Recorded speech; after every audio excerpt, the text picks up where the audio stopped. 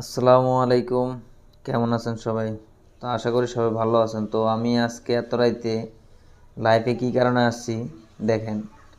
আমি আজকে ধনিয়া পাতা কিনছিলাম, এক আটি ধনিয়া পাতা কিনছিলাম। দেখেন ধনিয়া পাতা তো নাই, রাতের অন্ধকারে দেখেন ধনিয়া পাতা নাই। এগুলো এসে বিভিন্ন কি পাতা দিয়ে রাখছে, পাতাগুলো দেখেন আপনারা চিনেন কিনা।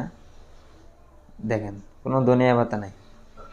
তো আমি অফিস শেষে বাসায় আসার সময় আপনার এই ধনিয়া পাতা কিনছিলাম। দেখেন ধনিয়া পাতার নামে কি দিয়ে রাখছে এরা। তো আমাদের দেশের মানুষগুলো যে কবে ভালো হবে আল্লাহ মাবুদে ভালো জানে। দেখেন এগুলো আসলে এরা কি ব্যবসা করতেছে না আসলে ডাকাতি করতেছে। দেখেন ধনিয়া পাতার নামে কি দিয়ে রাখছে দেখেন। এই যে দেখেন এগুলো আপনার ধনিয়া পাতা না, কিন্তু রাতের অন্ধকারে খুব সবুজ কালার দেখা যাইতেছে, ধনিয়া পাতার মতনই লাগতেছে।